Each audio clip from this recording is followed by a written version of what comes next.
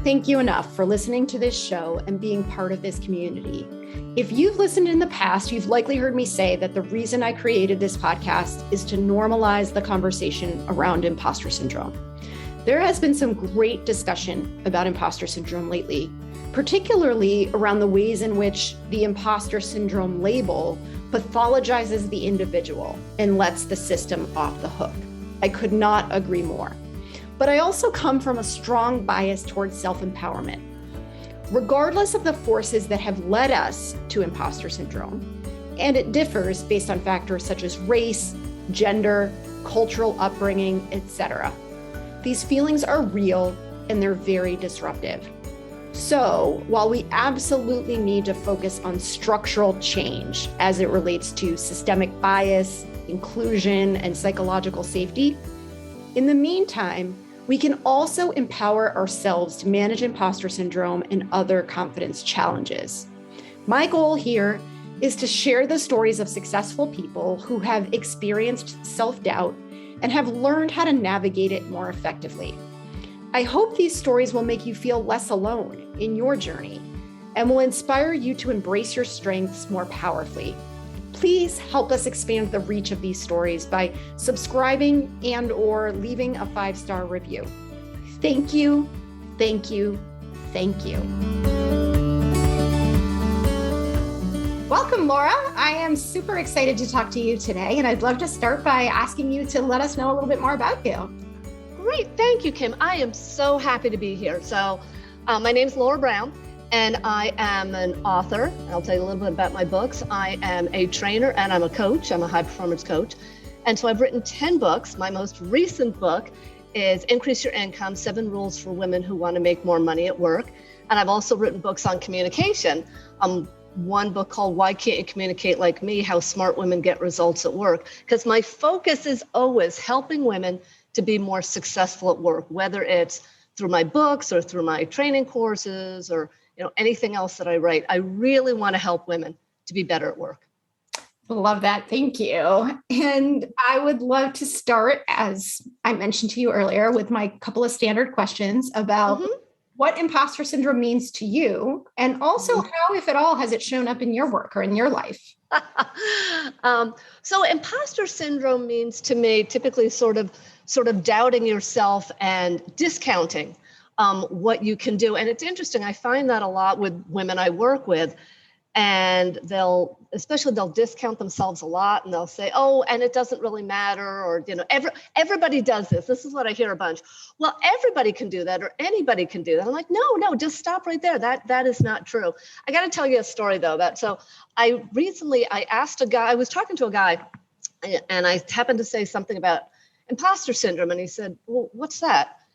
And I said, imposter syndrome, when you doubt yourself and you don't believe what you can do. And he said, that's not a thing. And I said, no, that's really a thing, and most women realize, we doubt ourselves.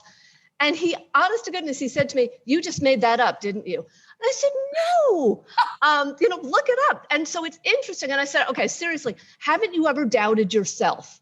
So I turned it back on him. And he said, well, he's a really analytical guy. And he said, well, yeah, I doubted myself, but then I looked at the facts. And the facts were, I knew this, this, and this. And it really hit me hard, because I thought, I can take a look at the facts and know I have this degree and I have this experience. But to me, a lot of times imposter syndrome is how I feel, that I don't feel I deserve it. And so I have to look beyond the facts, or sometimes I have to remind myself of the facts and realize that. And in my own life, I can think of a bunch of times when I didn't go for a job because I thought, I won't get that job. Who am I to apply for that job? Somebody else will get it. And I remember one time a guy got the job, and I thought, this is going to sound terrible. I thought, he's not any better than me. How did he get the job? And that sort of kicked my butt a little bit, and thought, wait a minute, I could have gotten that job. But I was expecting, somebody else with more experience, because experience was an issue for me, more experience or something else. But when I saw who actually got it, I'm like, I should have gone for it, because I actually did have a shot at it. Oh, so you're saying so many great things in there, right? Because I think this whole idea of looking at the facts or recognizing just the evidence that's in front of us is so important. And it is so easy to dismiss. It's so easy to say, oh, but that's not a big deal, or anyone can do that, or what once we've gone through something. So let's just say, for example, if you aspire to go to Harvard, right? And in your mind, it's this mythical place that of all these smart people. And then once you get there and you do it, you've demystified it, right? And so now it's like, well, yeah, but I didn't, whatever. I had help. Yeah. I didn't do it myself. All these different things. And so you're absolutely right that opportunity exists all the time to bring ourselves back to the facts. And you wouldn't be where you are today if you didn't have a track record of success. But making that connection between that intellectual, yes, obviously I have all of these things, and that emotional, but am I qualified to be here? Is the Yeah. And that's funny you say that, because I do have a master's degree, and I worked like 6 years to get my master's degree. Because I was doing it while I was working full time, and I had a kid and all these other things. But I discount it just like that when, my master's, that was, it took me a long time, or, wasn't. And I have to stop myself, even though I teach other women, don't discount, I still find myself doing it. And it drives me crazy when I catch myself. So I'm like, no, I did get a master's degree, and I did put all that time and effort into it, and I should enjoy it. And the other thing I remember, and I teach women this, I say to them, WWASGD, which is, what would a successful guy do? So again, now not what would a guy do, because I don't care what a guy would do, but a successful guy that I know, what would he do in this case? And when I ask women, and when I ask myself, it's like, well, he would go for that job, or he would do this, or he would talk to the boss, or I'm like, well, then what's stopping you? Not to say that you should do exactly what guys do, that's a whole different story. But I always think, okay, if you know what this other successful person would do, then what's stopping you? So plenty of times I have asked myself, what would a successful guy do? And I said, well, a successful guy would stop whining about this to my friends, and I would apply for it. I would go for it. I would talk to or I would do something, instead of saying, I can't do anything. And a lot of times that's pushed me to actually go for something, which sometimes I don't get it, and sometimes I do. But I think if you don't do it and you don't get it, the regret is so much bigger, right? Because what you said really stuck out at me too. If he's not any better than me, and I know that has been a motivator for me too, because there are times when I think to myself, I don't want to ask that question. I'm going to sound foolish, or I don't want to make that recommendation or say that idea. But then you hear someone else do it, and I'm like, I could have said it better, or that was my idea. And so I've gotten so frustrated by that now I'm just on a mission to not let someone else take my questions. Good. Right. But I think that too is part of the process of recognizing, if you're one of those people who consistently finds that other people are asking the question you were going to ask, that's evidence that you should trust yourself, right? That you do know what you're doing, and that you should speak up more quickly. Oh, that's good. That's very good evidence. I absolutely agree with that. Again, and you're looking for trends, and you're seeing, I could have said that. That was in my head. What stopped me? And then to take that leap. And so I remember a bunch of years ago, I was working with another trainer, and the part that she was training, she kept asking people, what would you do if you knew you could not fail? And I kept and so in my head, I kept coming up with the same thing. And actually I would write a book. And then finally her answer every single time was, well, if you don't do it, you are going to fail. But so by stopping yourself, you're going to fail because you haven't done it.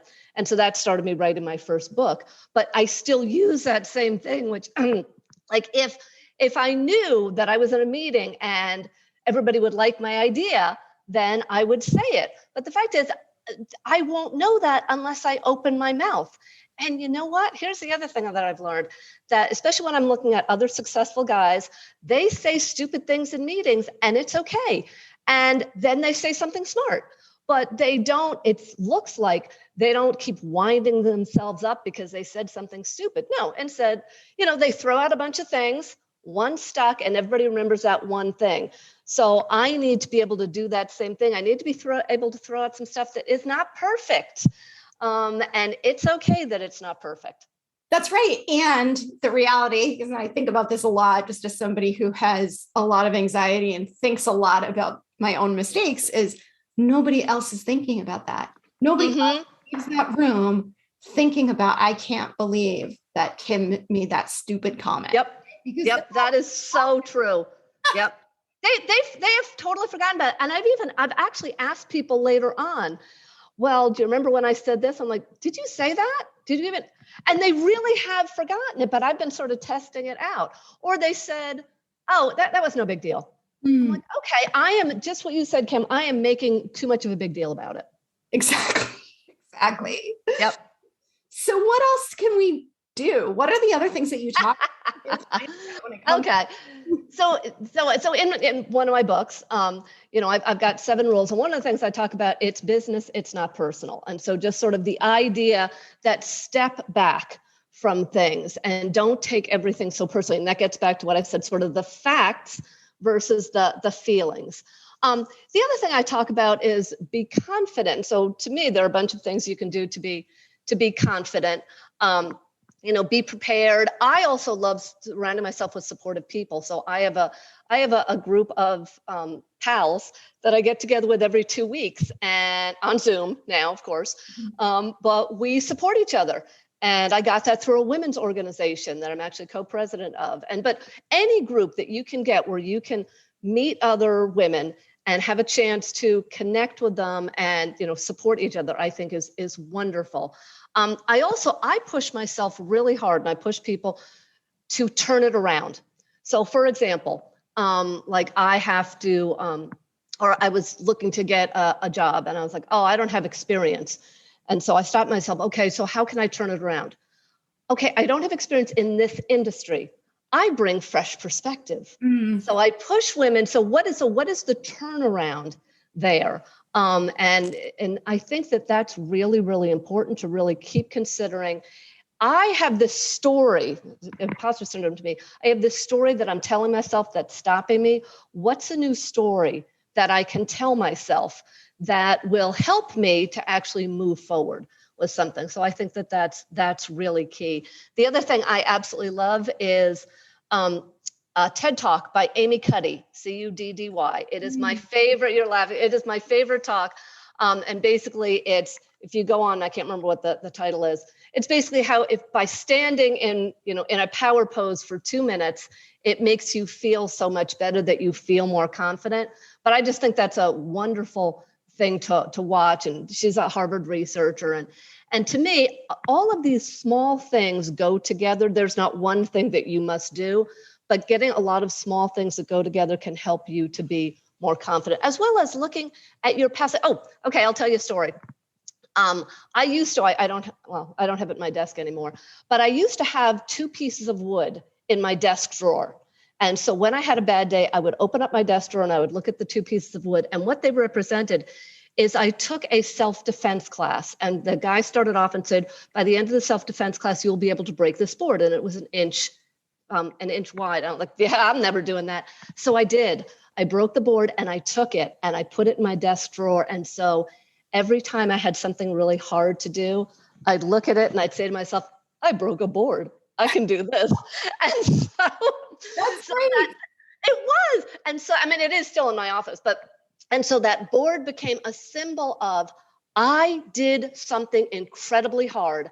I can do this too. And so what I would say to women that are listening, pick that board for you, whether it's a picture of something or whether it's a word or whether it's an affirmation or whatever.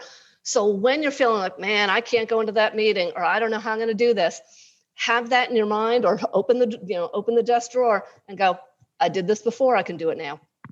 That's such a great idea. And I think the sort of thread that I'm seeing through everything that you shared is to be really thoughtful about what you're paying attention to, like where your mind is going, because it's so natural for us to pay attention to the negative, right? That's just how we're wired, self-protective. It's just the way it is. But at every moment, we have the opportunity to make a conscious choice to insert a different thought, to pay into something that makes us feel stronger or makes us feel more positively about ourselves. And those little reminders are so important because we may not get there without a prompt, right? The process kicks in, that inner critic or the fear, all of the different pieces that we talk about are activated so quickly that without that prompt, without that the board in your desk or that picture that reminds you of something, you may not ever shift your attention, but find those ways to bring your mind back to the positive.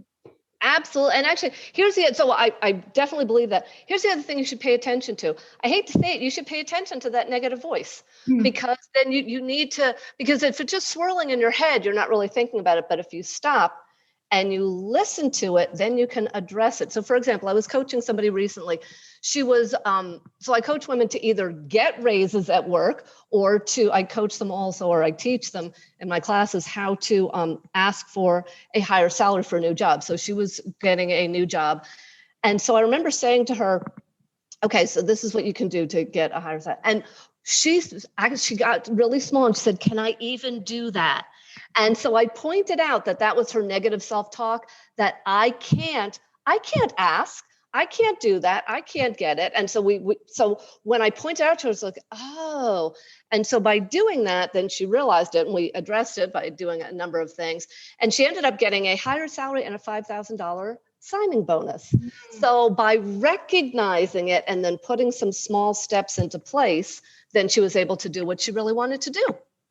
I agree with you. I think that listening to that voice is really important because it's not going to go away, right?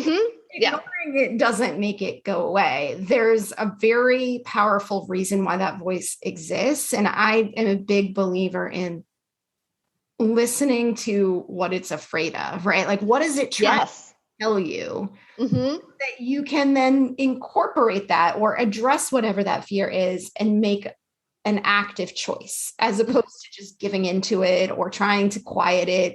I think of it as almost like a screaming child who needs attention, doesn't know how to ask for it in a way, right? And trying to ignore it doesn't usually go very well, right? Like you think about that as like a very vulnerable side of yourself that really needs something right now. Like listen, what is it that you need right now? And then you can move forward with a plan that acknowledges that, there's some self-doubt here, there's some fear here, but I have other choices that I can make.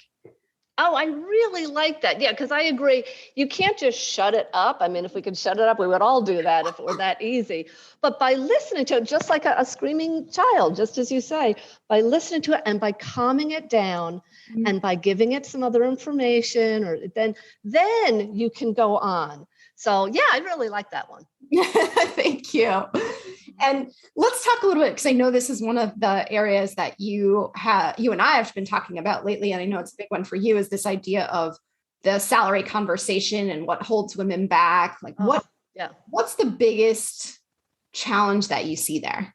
Oh, there are so many of them. So I will tell you the biggest one. Besides the fact, I don't know that I can do this, but the biggest one is really that I'm afraid I'm going to, my boss is going to be mad at me. It's something bad is going to happen between me and my boss. And so it's that whole idea. I have a great relationship with my boss. I'm going to ask, and my boss is going to be mad, or I'm going to look stupid, or there's going to be a problem.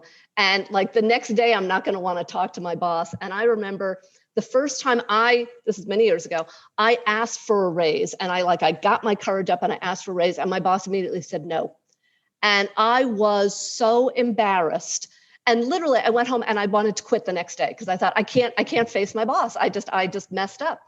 And then what I learned is, I talked to a friend of mine and I thought about it. I went back the next day and I said, basically I said, so why'd you say no? And he said, oh, it's not raise time. And so what we did then, I said, okay, well, tell me, I didn't know when raise time was.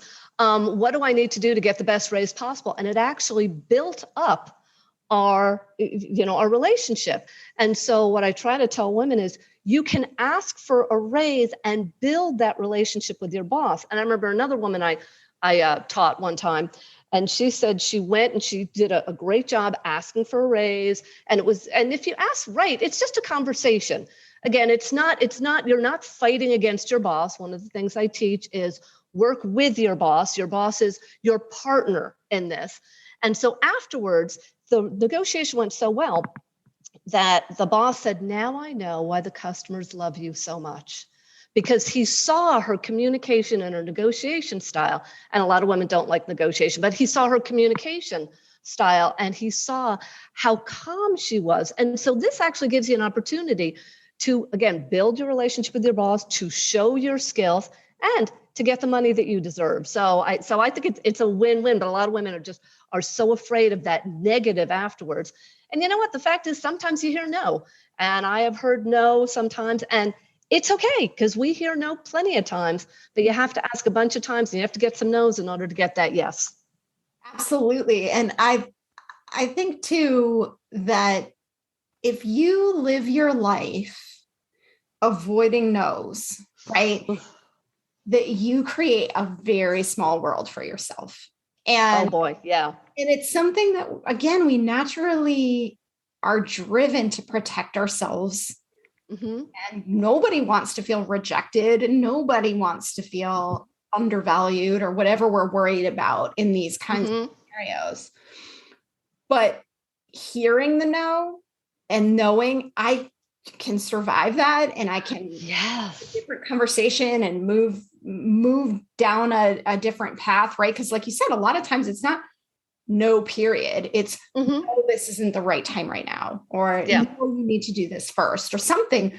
But that information is important and it creates optimism. It creates possibilities that you can actually now start to take action against, as opposed to this just inner turmoil, right? Of like, and like you said earlier, it's always a no if you don't ask. If you don't ask. Exactly. And that gets back to my raise rule number 1. It's business. It's not personal, because there are going to be times that, again, it has nothing to do with you, that the company is not doing well, or that there's a reorganization coming up, or whatever is going on. And so, sometimes you're just going to get no's, and that's all part of the game of business. And you just have to accept it. It has nothing to do with you. Exactly. And I think too, that sometimes that particular conversation just feels too high stakes, right? Like too way into the deep end for me. So one of the things that I often suggest too is ask your cable provider for a free upgrade. Love that. Yes. So start with smaller things that are less high stakes. Yes. Oh, that's a really good one. Yeah. Yeah. Bargain with somebody at a flea market, right? Like do something that puts you in a place where you can practice those skills, but in a much safer, lower stakes environment. Yeah. Again, it builds that muscle, it builds the resilience, and then you'll feel much stronger by the time you get to the conversation with your boss. That's good. Okay, so let me add to that. I really like that. So again, I always said one of my rules is work with your boss. Again, imagine that this is a project you're working with your boss on. So the next project you have with your boss, ask for something, not for you, but push a little bit on the project and ask for something. Can we get some more of this? Can we get more resource on this? Again, has nothing to do with you, but you're trying to communicate about the project. And so in a low stakes area, because if the boss says no, okay, that's not a big deal. But then you'll have a chance to work on it. So I really like that idea of practicing. I like that too, of tying what you're asking for to a bigger mission than your own, right? Because I do think sometimes we feel like when we ask for a raise or we ask for a promotion that we're asking for a personal favor. And this goes back to your rule of, right, this is business, this is not personal, but it feels very almost selfishly motivated, right? Of like, well, I should just be grateful that I have a job, and it's it's vain or inappropriate to care about what my actual title is or to care about my compensation. No, it's not. It's not. But I hear that a lot. Absolutely not. And we absolutely have every right to care about our own career advancement and to want to be rewarded accordingly. But I think if it's hard to think that way, to also think about it as, if I were to get a promotion and have a bigger title, people externally may treat me with more respect, right? I may actually get things done more quickly. I'll have more power to influence, right? Internally or externally. And that's not just good for me. That's good for you, my boss. That's good for the team, right? So I think there's also that opportunity too, is to not just think about it from the perspective of what you gain, but from what everybody gains. Yeah. And it's interesting that you say that, because I was coaching a guy and he was telling me that he didn't want to boast to his boss about what he was doing. Well, we changed that. And so he went to his boss and he said what he was doing, which to me you have to do before you ask for a raise. You have to let your boss know. And he said, you know what happened? And I was like, okay, what happened? And he said, well, first of all, my boss loved it because he felt like he was boasting. But more than that, his boss then used that to tell his bosses. And he talked about it in a big meeting, because again, he could talk about my team did this. And this person I was coaching had no idea. He was just thinking it's all about me. But just as you say, Kim, it's not. It's the bigger picture. You're helping your boss. And let me tell you something else. So I spent years and years in human resources. And so I was on the other side when panicky managers would come to me and say, oh my gosh, my person just quit. We need to give her more money. And so managers actually want to pay their people the most they possibly can. They really do, because they want you to stay there as long as you're doing a good job. But what happens is a lot of women think, I'm just going to quit. It's easier to quit than to ask for a raise. And then the panicky managers would come to me and say, I had no idea. I didn't know. I wish I had known. And so my big message to women is give your boss the opportunity, because you don't want him or her to panicky say, run to human resources and say, I need to save this person, because it normally doesn't work at that point. So give your boss the opportunity to help you, because really they want to, but they have to convince human resources and their boss and a bunch of other people. And the other way you help them is you give them all this information to help show to their boss and to human resources what you're doing, and that helps them, and maybe that will help them get a promotion. So it all works together. But I always say to women, don't be afraid to try. Ask, and if you get no, it's not no forever. No means no for right now. That's my rule number 7. And then we talk about how you can then deal with no. And no is also really good information, because if you are deciding between I'm going to stay or I'm going to go, there's also often that anxiety of the unknown, right? Of like, am I trading the devil I know for the devil I don't know, right? If I'm unhappy because I feel underpaid or I don't feel recognized in some way, that's information that I now have an opportunity to do something with. And so I can, in parallel or sequentially, decide, you know what, I'm going to go out there and I'm going to see what else is out there. I'm going to talk to some recruiters. I'm going to find out what my market rate is and just check some of my assumptions. But at the end of the day, if you're leaving anyway, why not? I mean, what if you got to lose by saying to your boss, you know what, I would really appreciate the opportunity to talk to you about a salary increase or promotion or something. If they say no, just reinforces your decision that your best bet is to go elsewhere. It's not that simple, right? But if you really get a worst case scenario, great. That's what I thought was going to happen. That's why I'm already halfway out the door, but you're probably going to be surprised. And then you won't have prematurely left a situation that you actually had some leverage in. Yeah. And let me turn this around, because I love what you just said. So, we're all talking about, oh, I might hear a no, I might hear a no. And that's what I've been talking about. But plenty of times you hear a yes. And I remember one woman I talked with, she was in one of my classes. And so she came back and she was kind of upset. And I said, well, what's the matter? So I asked my boss for a raise and he said, yes. He said, oh, yeah, I've been thinking about this for a while. And I said, well, why are you upset? She's like, how long was he going to think about it? So she said, if I didn't bring it up, like, was he just going to keep thinking about it for the next couple of months? So she was a little frustrated. But the news was good that he was thinking that she needed a raise and he was going to work on it. And that spurred him. And she did get a nice raise from that. So it's interesting. So even though we keep talking about no, there are plenty of times we hear yes. Honestly, what you normally hear is maybe. Mm-hmm. And maybe is really good. And you can work with maybe. And typically that's, I need to figure it out. I need to talk to human resources, all of those other things. Most of the time you want a maybe, because then that starts a dialogue of what would need to change? What do you need from me? How can I make sure I get the best raise? Because there are also people out there saying, I'm going to get a raise. We do raises once or twice a year. Yeah, but are you going to get the best raise possible? Mm. And so I don't want you to get a 2% raise. I want you to get that 5 or that 10% raise. And so by talking about this and by bringing this up with your boss, you will get the best raise possible when it's raise time. You're exactly right too, because they're making these calculations, they're going through this decision-making process behind the scenes, and you don't speak up early. Guaranteed there are other people who have. Mm-hmm. Oftentimes the calculation for the manager is who's the flight risk, right? Yes. Who's my person that I can't afford to lose, that I have to be happy right now? And as long as we're smiling and doing our jobs and not making a fuss, the money's going to go to the squeaky wheel. And we're going to continue to live in a state of feeling underpaid, undervalued, right? And then kicking ourselves. Yeah. And we're just hoping, well, of course, I've heard this plenty of times. Well, of course, my manager knows I want to raise, and they just sort of hope and they suggest. But the fact is that just like you said, there's somebody else out there saying, I want to raise.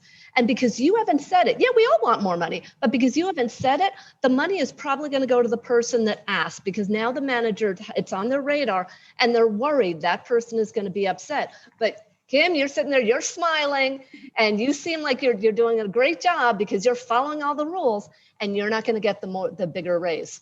Exactly. Somebody's, the manager's going to think, well, she's good for now. She's happy. Yes. Yeah. I don't need to worry about her.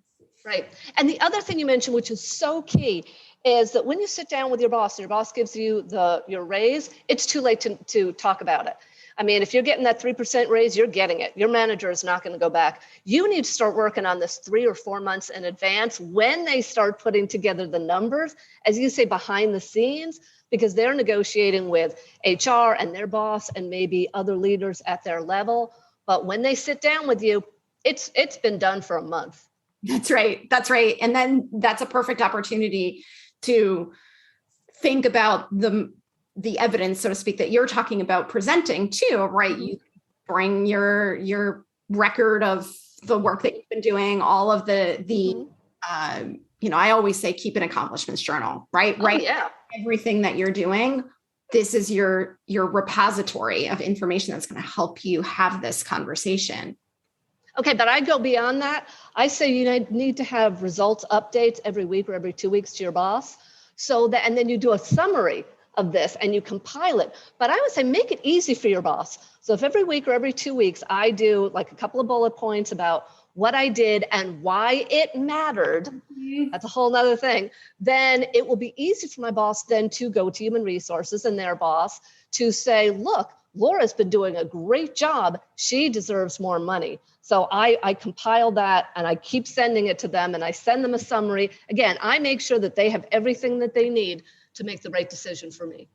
And I think it's worth thinking about the mindset shift there too, of a lot of times, like your client feels like I'm bragging. No, you're not. You are, first of all, obviously making it easier for yourself to get what you deserve, but you're also making your boss's job a lot easier, right? Because he or she has all of that information at their fingertips when they need it. They're not having to hunt you down. They don't have to chase you around to find out what's the status before they go into some meeting. It's right there. It makes you a more effective performer. So there's benefits all around. Yeah, and just like you say, make it easy for them, because maybe they have 7 other people that they are managing, plus a whole bunch of things that they are doing. Their boss is, putting them under pressure for something else. They don't have time to do this. Make it easy for them. That's why one of the things I also talk about is build a business case, give it to your boss, so they have this business case. They have these reasons that they can easily give to, again, human resources or their boss or the senior executives. And they don't have to worry and spend all the time doing it. You've done it for them. Exactly. Yeah. Oh, it's such a great strategy all around it makes everybody's lives easier. Most importantly, your own. Yes. Because why? Forget about the imposter syndrome, because you deserve it. And I think that's the other thing I need to still remind myself. I deserve this. I deserve to be happy. I deserve to have a great job. I deserve to have a great boss. I deserve to be paid really well so I can enjoy my life. I think that it sounds so simple, and yet It's so hard, right? And I think Yes. that's a direct tie into what we've been talking about, is to really focus on the thoughts that we give our greatest attention to. And I think there's always that inner critic that says, you're not good enough, you don't deserve this, right? You're a fraud. But to really make the conscious choice to think about, you know what? No, I do deserve this, right? And here's the other thing I use sometimes to help me, because again, I can be really tough on myself. I think, what would I tell my best friend? So I would tell her, oh, you go, girl. Oh, you are great at that. Did you tell them this? So again, if I put myself in the place of my best friend, what would I say? What would I tell myself? What would I be cheering myself on for, instead of that little negative inner critic? That's great too. I think that's another great reframe, because we would never, ever say the things to our best friend. Never. We would say, how dare somebody say that to you? No, you are much better than that. Exactly. This has been so helpful, Laura. I think you shared such great insights and such great practical tips. Is there anything else that you would want to share before we wrap up for today? I would say that's really it. If you want some more information, go to my website, careertipsforwomen.com. I've also I've got some new classes. I'll give you the new link. Yeah. But what I would really just say, again, understand, to go back to sort of my first story when the guy was saying, is that really a real thing? That most people, even though he didn't understand that it was imposter syndrome, most people question themselves. And most of us have the imposter syndrome at some point.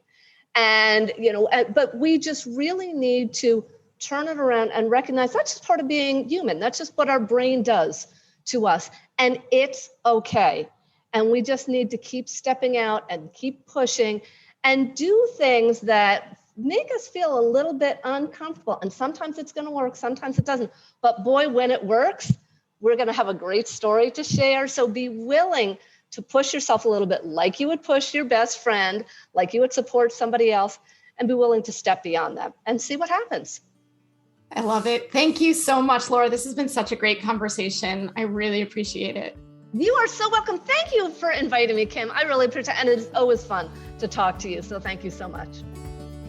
As we wrap up today, I want to share some additional resources to help you stay connected and continue to build your confidence. Please check the show notes for links to my free weekly discussion group, where we informally chat about common challenges and experiences facing women in the workplace.